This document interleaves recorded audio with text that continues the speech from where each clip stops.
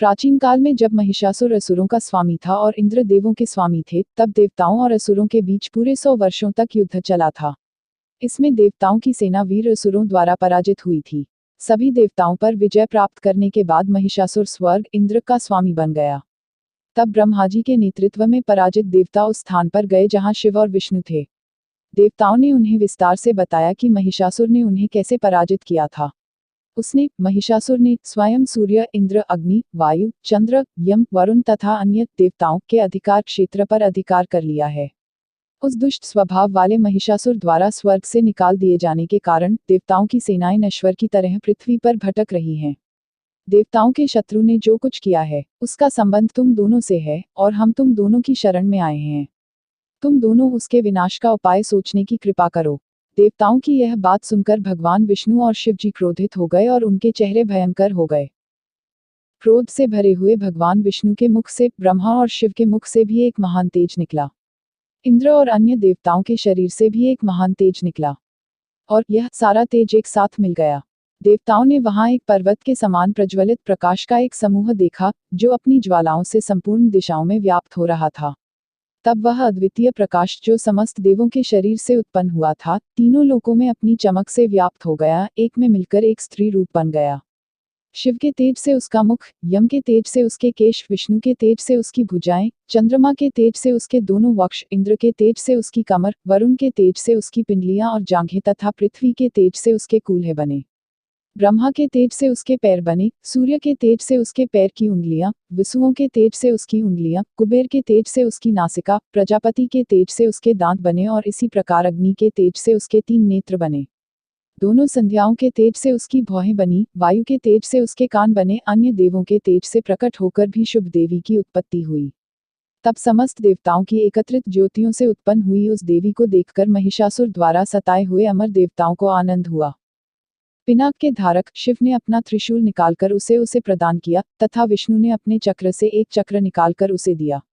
वरुण ने उसे एक शंख, अग्नि ने एक भाला तथा मरुता ने एक धनुष तथा बाणों से भरे 2 तरकश दिए।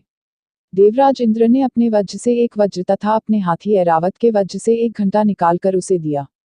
यमराज ने अपने मृत्युदंड से एक दंड तथा जल के स्वामी वरुण ने एक पाश दिया तथा प्राणियों के स्वामी ब्रह्मा ने एक मनका तथा एक जलपात्र दिया।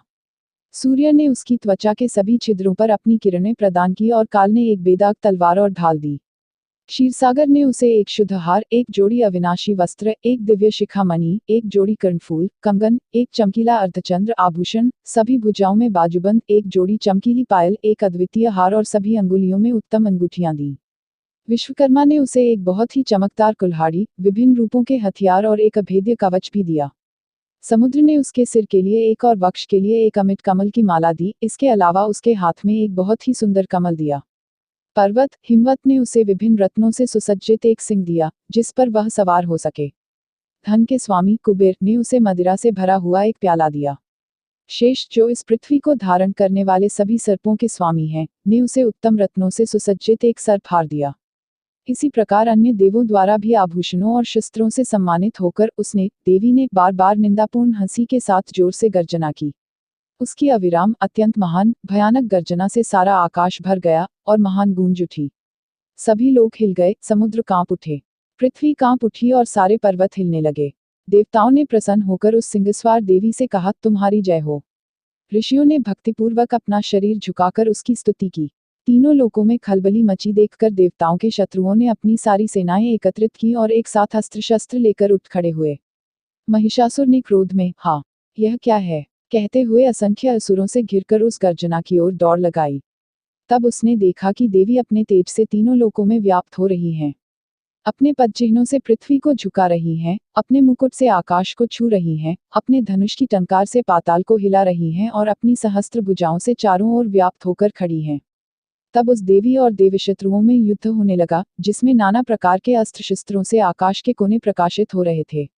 महिषासुर का सेनापति चिक्षुर और चामर नामक एक महान असुर 4 भागों वाली सेना के साथ और अन्य असुर लड़े। उदग्र नामक एक महान असुर ने 60,000 रथों के साथ और महाहनु ने 10 लाख रथों के साथ युद्ध किया। असिलोमन नामक एक और महान असुर 15 लाख रथों के साथ और बस्कल ने 6 लाख रथों के साथ उस युद्ध में लड़ाई लड़ी। प्रवृत्त कई हजारों हाथियों और घोड़ों के साथ और 10 लाख रथों से घिरा हुआ उस युद्ध में लड़ा। बिदल नामक एक असुर 500 करोड़ रथों से घिरा हुआ उस युद्ध में लड़ा। और अन्य महान असुर हजारों की संख्या में रथों, हाथियों और घोड़ों से घिरे हुए उस युद्ध में देवी के साथ लड़े। महिषासुर उस युद्ध में हजारों करोड़ घोड़ों, हाथियों और रथों के साथ घिरा हुआ था। अन्य असुर लोहे की गदाओं और बर्छियों, भालों और गदाओं, तलवारों, कुल्हाड़ियों और फरसों से देवी के विरुद्ध युद्ध कर रहे थे। कुछ ने भाले फेंके और अन्य ने पाश फेंके।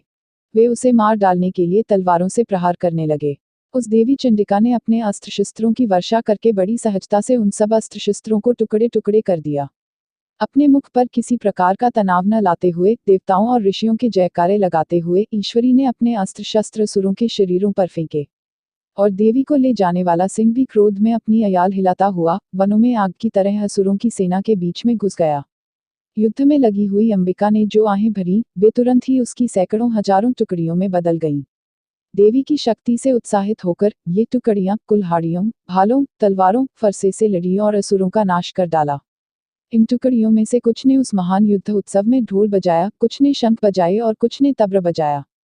तब देवी ने अपने त्रिशूल, गदा, भालों, तलवारों आदि से सैकड़ों असुरों को मार डाला तथा अपने घंटे की ध्वनि से स्तब्ध हुए अन्य असुरों को नीचे गिरा दिया तथा अन्य को अपने पाश में बांधकर भूमि पर घसीटा। उनकी तलवार के तीखे प्रहारों से कुछ असुर 2 टुकड़ों में बंट गए तथा अन्य गदा के प्रहार से घायल होकर भूमि पर गिर पड़े तथा कुछ असुरों ने गदा से बुरी तरह घायल होकर रक्त उगल दिया। उसके त्रिशूल से वक्षस्थल छिद जाने से कुछ लोग भूमि पर गिर पड़े। उसके बाणों से सब ओर छिदे जाने से तथा साही के समान हो जाने से कुछ देव शत्रु युद्ध स्थल में प्राण त्यागने लगे। कुछ की भुजाएं कट गईं, कुछ की गर्दनें टूट गईं, कुछ के सिर नीचे लुढ़क गए, कुछ के धड़ बीच से फट गए तथा कुछ महान असुर पैर कटकर भूमि पर गिर पड़े।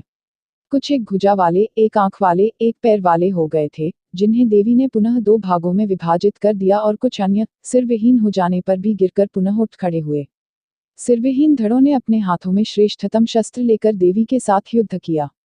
उनमें से कुछ सिरविहीन धड़ युद्ध में वाद्यों की ताल पर नृत्य भी कर रहे थे।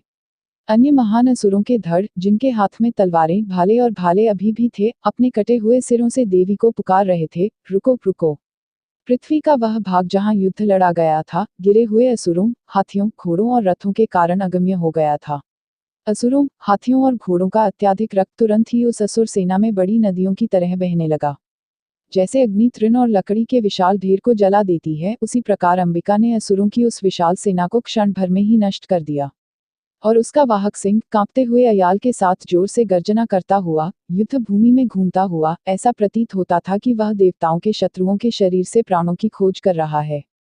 उस युद्ध भूमि में देवी की टुकड़ियां असुरों से इस प्रकार युद्ध कर रही थीं कि स्वर्ग में देवता पुष्प वर्षा करके उनका गुणगान कर रहे थे। यहाँ मार्कंडेय पुराण में देवी महात्म्य के महिषासुर की सेनाओं का वध नामक दूसरा अध्याय समाप्त होता है, जो सावर्णी मनु के काल में हुआ था।